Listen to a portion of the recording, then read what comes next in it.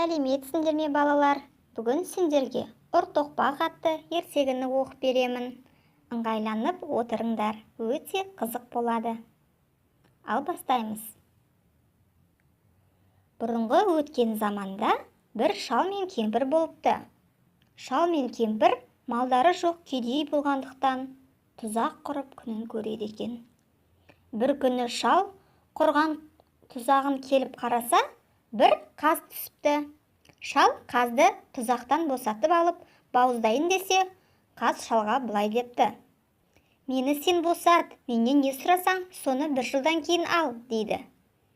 Шал мақұл көріп қазды босатып қоя береді. Үйіне келіп жаңағыны айтса, кемпірі шалға ұрсыпты. Сонда шал былай депті: «Қоя тұр, сен түк білмейсің», деп кемпірінің сөзін тыңдамай жүре береді. Арада бір жыл өтеді. Шал қазға бармақшы болады. Жүре-жүре бір жерге келіп, өңкей түйе жайылып жүр екен. Келіп түйешіден былай деп сұрайды: «Бұл кімнің түйесі?» дейді. Сонда түйеші: «Бұл Қазбайдың түйесі», дейді. «Бұл Қазбай баяғы қаз екен», деп шал ойланып тұрып жүріп кетеді. Бір жерге келсе, көп қой жайылып жатады. «Бұл кімнің қойы?» деп қойшыдан сұрайды. Сонда қойшы: «Бұл Қазбайдың қойы», дейді. Шал жаңағы қойшы баладан: «Шырағым, Қазбайдың бұдан басқа несі бар?» деп сұрайды. Шал балаға былай деп жауап қатады: «Қазбайдың үш жақсы нәрсесі бар. Біреуі, піс қазаным піс десе, әр түрлі тамақ пісіп шығады. Енді біреуі, құс есегім құс десе, алтын, күміс құсады. Тағы біреуі, ұр тоқпағым ұр десе, адамдарды ұра береді», дейді. Мақұл деп шал жүріп кетеді. Шал Қазбайдың ауылына келеді.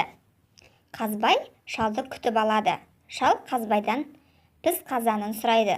Қазбай сұрағанын береді. Шал алып үйіне келе жатса, бір жерде асық ойнап жатқан балалар шалға былай дейді: «Ата, ата, келіңіз, түсіп, астан дәм татып кеттіңіз», дейді. Шал түсіп, үйге кіріп бара жатып балаларға былай деп ескертеді: «Шырақтарым, піс қазаным піс демеңдер», дейді. Шал үйге кіріп кеткен соң, балалар тыңдасын ба? «Піс қазаным піс» деп шулап қоя береді. Сөйткенде әр түрлі тамақтар пісіп даяр болады. Балалар қазанды айырбастап алып қояды. Шал шығып қазанды үйіне алып барып, «Піс қазаным піс» десе, ештеңе піспейді. Шал қазанды алып Қазбайдың үйіне қайта келеді. Сөйтіп Қазбайға былай деп өтінішін білдіреді: «Шырағым, бұдан ештеңе шықпады», дейді. Қазбай қазанды алып, түсінбей: «Кәні, мен айтып көрейінші», деп «Піс қазаным піс» десе, шынында да ештеңе пісіп шықпайды. Қазбай қазанды алып, шалға есекті беріп жібереді. Шал есекті алып үйіне қайтады. Жолда келе жатып, әлгі балалар тағы шалдың алдына шығып: «Ата, асқа түсіңіз», дейді. Шал асты тастағысы келмей есектен түседі. Бірақ үйге кіріп бара жатып, балаларға былай деп ескертеді: «Ей шырақтарым, өткендегі айтқанымды тыңдамапсыңдар. Осы жолы құс есегім құс демеңдер», дейді. Шал үйге кіріп кеткен соң, балалар «Құс есегім құс» деп есек алтын құсады. Балалар есекті басқа есекпен айырбастап қояды. Шалдың есегін жасырып қояды. Шал болса, есекті жетектеп үйіне келеді. Кемпірі былай дейді: «Қазға барып алып келгенің осы ма?» дейді. Шал есекке «Құс есегім құс» десе, еш нәрсе құспайды. Шал есекті жетектеп Қазбайға тағы келеді. «Қазбай-ау, есектен де ештеңе шықпады», дейді. Қазбай есекті алып тұрып, «Құс есегім құс» десе, шынында да шал айтқандай ештеңе құспайды. Шалға Қазбай былай дейді: «Міне, ендеше ұртоқпақты ал», дейді. Шал ұртоқпақты алып келе жатса, әлгі балалар тағы да жүр екен. Олар шалға былай дейді: «Ата, келіңіз, асқа түсіңіз», дейді. Шал үйге кіріп бара жатып: «Шырақтарым, енді осы жолы ұртоқпағым ұр деп айта көрмеңдер», дейді. Шал үйге кіріп кеткен соң, дәндеген балалар «Ұр тоқпағым ұр дейді. Қызық осы жерден басталады.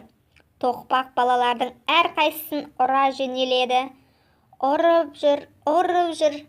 Балалар тоқпаққа былай деп жалынады. Ойбай, піс қазаныңды, құс есегіңді берейік.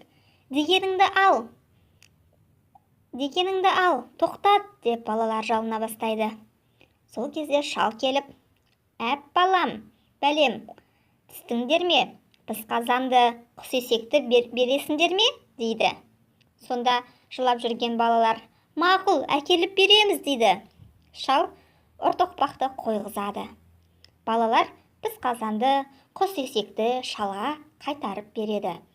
Шал барлығын алып үйіне келеді. Сөйтіп, кемпірімен мұрат мақсатына жетіпті. Әне, балалар, көрдіңдер ме? Үлкеннің айтқанын тыңдау керек. Өтіріктің артын бір-ақ тұтам деген осыдан қалса керек. Ешқашан өтірік айтпаңдар. Ақыры неге әкеп соққан көрдіңдер ме? Балалар ақыр соңында тоқпақтан таяқ жеді. Сөйтіп барлық кінәсін мойындады. Сондықтан осындай дәрежеге жетпес үшін тоқпақтан таяқ жемей-ақ өтірік айтпауға да болады. Сол кезде сендер тәртіпті бала болып өсесіңдер. Балалар, каналға жазылуды ұмытпаймыз. Ертегіні ертең тағы да күтіңдер. Мен арнама тағы да ертегі жолдаймын. Қазір көріскенше сау саламатта болыңдар. Ал ұйықтап жатсаңдар, ұйқыларың тәтті болсын. Қайырлы түн. Ал күндіз видеоны көрсеңдер,